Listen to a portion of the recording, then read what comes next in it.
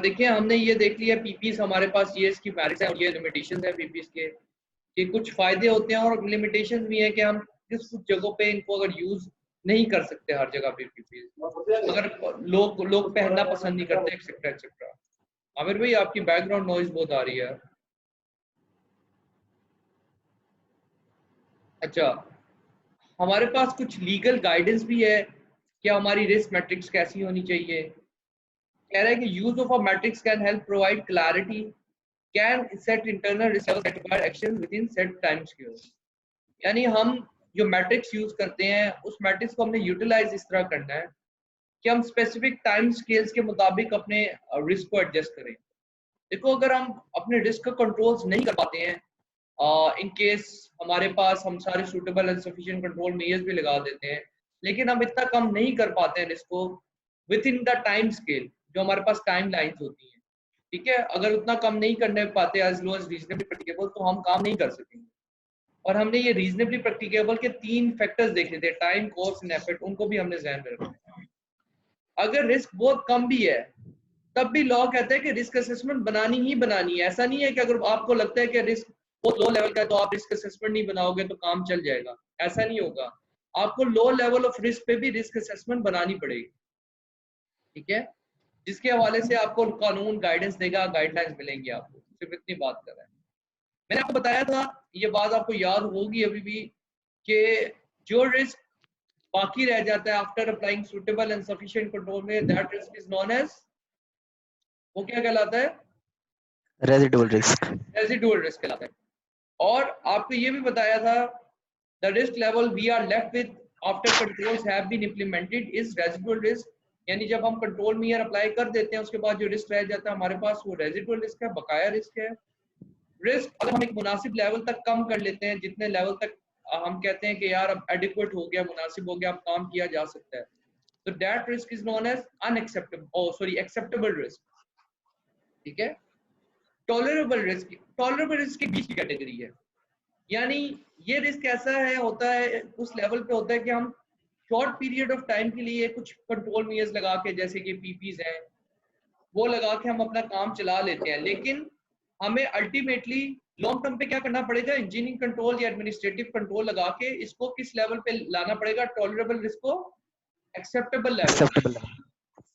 ठीक है, तो कुछ देर के लिए, कुछ पीरियड ऑफ टाइम के लिए, 1 दिन 2 दिन 1 हफ्ते के लिए वैलिड तो होगा, लेकिन लॉन्ग टर्म पे हमें अपने रिस्क को अल्टीमेटली एक्सेप्टेबल लेवल पे लाना पड़ेगा।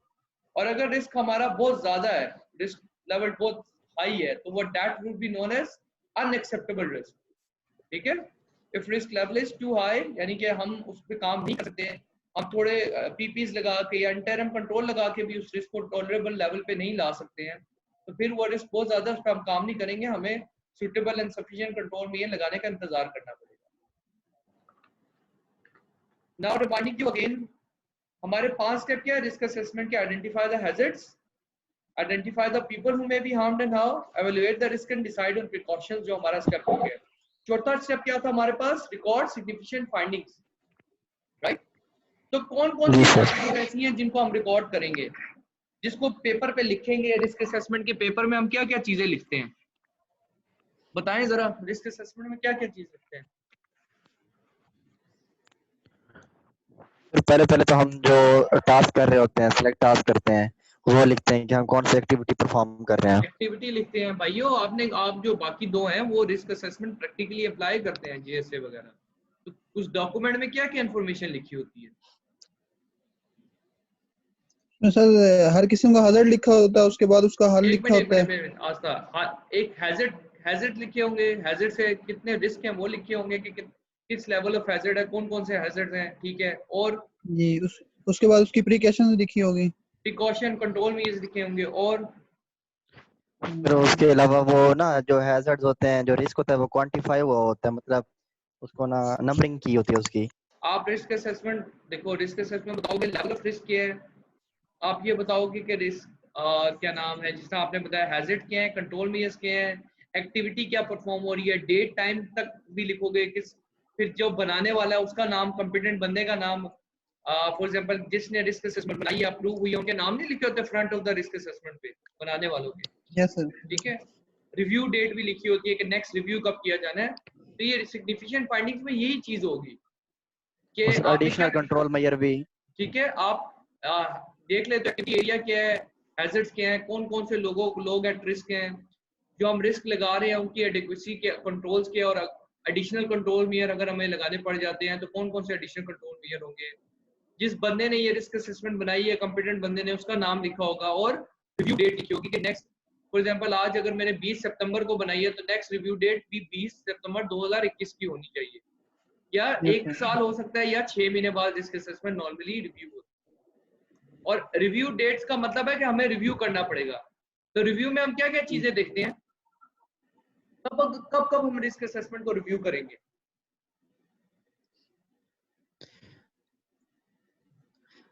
सर अगर किसी जगह पे टेक्नोलॉजिकल चेंज आ जाए ठीक या है, एक्टिविटी चेंज हो जाए, ठीक उस है, तो हैजर्ड भी चेंज हो जाएंगे, बिल्कुल, इक्विपमेंट चेंज हो जाए, ठीक है, इक्विपमेंट चेंज हो जाए। की पर्सनल चेंज हो जाए, रिस्क असेसमेंट बनाने वाला या कोई टॉप मैनेजमेंट का बंदा चेंज हो जाए, तो वो नया बंदा जो आता है वो अपनी मर्जी के मुताबिक रिस्क असेसमेंट को रिव्यू करवाता है, ठीक है।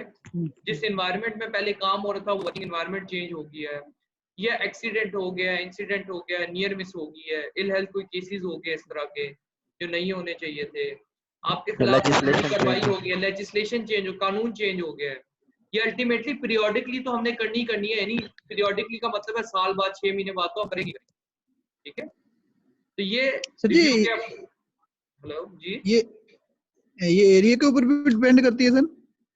देखें आप एक क्रेन लिफ्टिंग करवा रहे हैं, ऐसे एरिया यस में सर। क्रेन लिफ्टिंग करवा रहे हैं जहाँ पे आसपास कोई ऐसा चीज नहीं है, सहरा है, और दूसरी क्रेन लिफ्टिंग आप ऐसी जगह पे करा रहे हैं जहाँ आसपास सारी पाइपलाइंस हैं, यस लाइव सर। प्लांट पे करा रहे हैं, तो क्या हैजर्ड चेंज नहीं होगा, यस सर। ठीक है। तो इन वर्किंग एनवायरनमेंट पे भी डिपेंड करता है कि किस जगह पे आप काम कर रहे हैं, प्रोसेस चेंज है, सब कोई इक्विपमेंट यूज करे, पहले कोई और इक्विपमेंट यूज कर रहे थे, जब कोई नया इक्विपमेंट आएगा उसके अपने हैजर्ड्स होंगे, फिर भी आपको रिव्यू करनी पड़ेगी, और तब वैलिड नहीं होती जब एक्सीडेंट हो जाए, नियर मिस हो जाए, इंसिडेंट हो जाए, या जिन लीगल स्टैंडर्ड्स को आप फॉलो कर रहे थे, कानून को फॉलो कर रहे थे, या कोई स्टैंडर्ड्स फॉलो करते, जैसे ISO के ILO के स्टैंडर्ड फॉलो कर रहे थे, तो वो चेंज हो जाए तो उसके बाद भी रिव्यू करना पड़ता है। और ये चीज आपको पता है पीरियोडिकली का मतलब क्या है कि एक सर्टेन पीरियड ऑफ टाइम के बाद तो आपने चेंज करना ही करना है इसे, ठीक है, जैसे 6 महीने या साल बाद। अच्छा, वर्ल्ड लेवल केसेस के हमने देख लिए थे कौन कौन से होते हैं, लोन वर्कर के क्या हैजर्ड होते हैं। हमारा टॉपिक है मैनेजमेंट ऑफ चेंज, ठीक है। मैनेजमेंट ऑफ चेंज का वर्ड सुन के क्या जहन में बात आती है,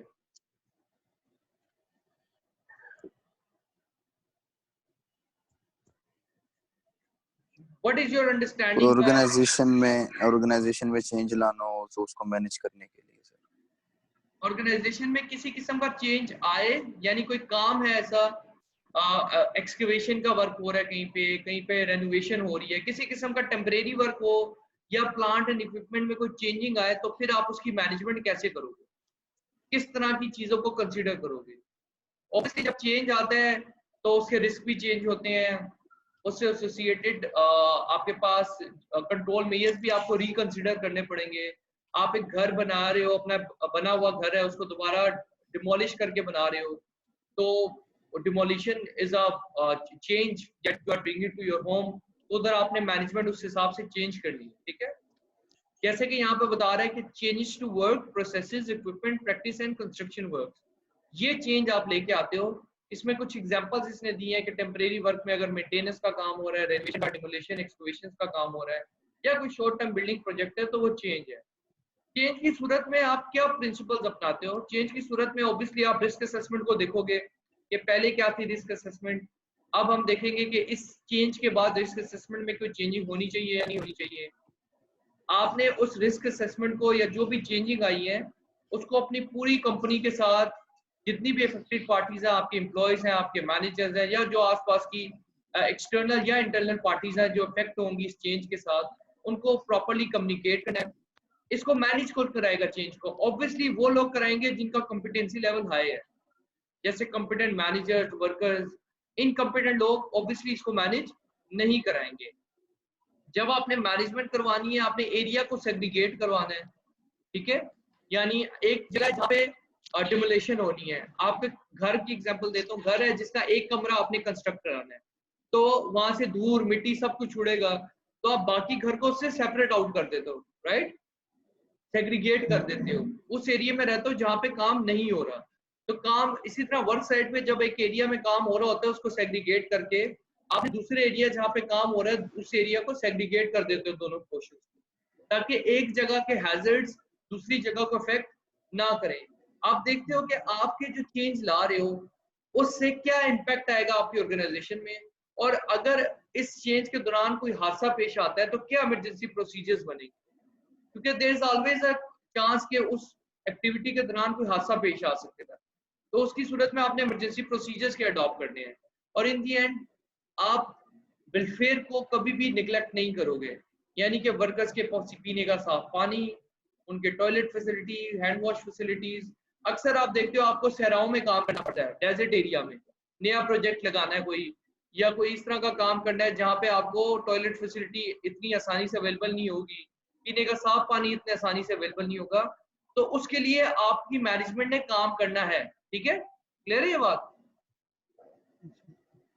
ये कॉन्सेप्ट क्लियर है? Yes sir. तो ये चेंज अगर किसी जगह पे चेंज आएगी तो हम इन फैक्टर्स को कंसीडर करेंगे। ठीक है, नेक्स्ट आपका टॉपिक है सेफ सिस्टम ऑफ वर्क का, लेकिन वो हम कल से कंटिन्यू करेंगे, आज के लिए इतना ही है। ठीक है, आज हमने रिस्क असेसमेंट को क्लोज कर दिया, स्टार्ट की थी बड़ी डिटेल में हमने रिस्क असेसमेंट इसलिए की है कि इंपॉर्टेंट टॉपिक भी है और इससे रेलिवेंट क्वेश्चंस भी आपको आपके जो भी सिनेरियो आएगा रिटन सिनेरियो एग्जाम में इसी से रिलेटेड सिनेरियो उन्होंने बनाया होगा, रिस्क असेसमेंट नहीं बनी हुई, ये नहीं हुआ, सेफ सिस्टम वर्क डेवलप नहीं हुए, तो इस लिहाज से ये चैप्टर बहुत इंपॉर्टेंट है। पूरी तवज्जो से रिस्क असेसमेंट वाले टॉपिक को करें, अगर कोई पॉइंट आपको समझ में नहीं आता तो मुझसे कांटेक्ट कर लें आप। ठीक है, चले भाइयों, इंशाल्लाह कल मुलाकात होती है। Thank you. ओके सर, अल्लाह हाफिज़। अल्लाह हाफिज़।